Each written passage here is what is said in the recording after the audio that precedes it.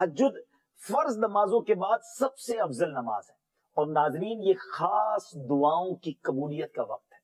اللہ اکبر، تہجد پڑھ کے جو دعا مانگنے کا مزہ آتا ہے، اور اللہ کرے ہم ایسی دعائیں مانگنے والے بن جائیں کہ میں جانوں میرا رب جانے۔ اللہ اکیلے میں جا نماز بچھائیں، رات کا پہر ہو، ہاتھ اٹھیں اور آنسو بہیں، یقین کریں یہ وہ وقت ہے آپ جو مانگیں گے عطا کیا جائے۔ اللہ، اور نبی پاک بھی رات کو اٹھ کر دعائیں مانگتے گر گیا۔ اگر آپ بھی چاہتے نا آپ کی دعائیں قبول ہوں، کئی لوگ کہتے ہیں، ملتے بھی ہیں، حضرت دعا قبول نہیں ہوتی، کعبے کے سامنے بھی دعا کی ہم نے، مدینے میں بھی دعا کی، فلاں جگہ بھی دعا کرائی، دعا قبول نہیں ہوتی۔ چیک کیجئے روزی حلال ہے یا حرام ہے۔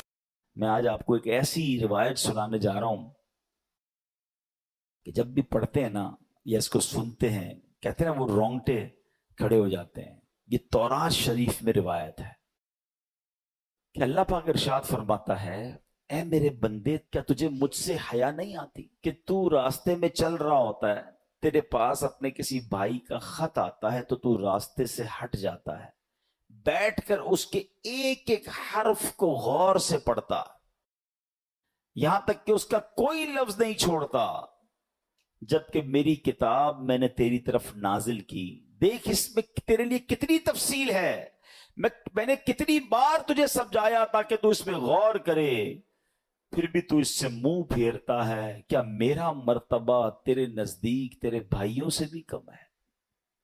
اب آج کے دور میں ذرا سمجھیے گا، نماز پڑھ رہے ہو، ابھی مسجد میں ہمارے موبائل پر میسج آیا، میسج آنے کی ٹیون آئے، بیل بجے، واٹس ایپ آیا ہے، پتہ چل گیا ہے، اب دل میں خیال آنا شروع ہوگا، پتہ نہیں کس کا ہوگا، کیا لکھا ہوگا، کیا پیغام ہوگا، جلدی سے موبائل نکالو، چیک کرو، مس نہ ہو جائے، کال آئی ہے فوراً دیکھیں گے کس کی آئی ہے۔ غور کیجئے، اللہ فرما رہا ہے کتنی حقیقت بات ہے کہ ہم مسجد میں، نماز میں، سفر میں، ٹریول میں میسج آئے چھوڑتے نہیں۔ یہی تو بات تورات میں فرمائی نا کہ تیرے بھائی کا تیرے پاس خط آیا، پیغام آیا تو اس راستے سے رک جاتا ہے، ایک ایک حرف بغور پڑتا ہے، اور میں نے جو تجھ پر کتاب نازل کی تیرے پاس اس کے لیے ٹائم نہیں ہے۔ کتنی ہدایت کی باتیں ہیں، کتنا تجھے اس میں سمجھایا ہے، کتنا تجھے بتایا ہے۔ پھر اگلا جملہ جو آخری جملہ ہے نا وہ ہلا دیتا ہے کہ رب فرماتا ہے کہ میرا مرتبہ تیرے نزدیک تیرے بھائیوں سے بھی کم ہے، ہماری فیملی سے بھی کم ہمارے پاس اللہ کا مرتبہ ہو گیا۔ معاذ اللہ، فیملی کا میسج مس نہیں کرتے، باس کا میسج مس نہیں کرتے، دوستوں کا میسج مس نہیں کرتے، رات کو آدھی رات کو اٹھ کر بھی موبائل چیک کرتے ہیں۔ قرآن بھی تو میسج ہے نا، اور اللہ کا میسج ہے، راہ نجات ہے، راہ ہدایت ہے، کتنے خزانے ہیں ہمارے لیے۔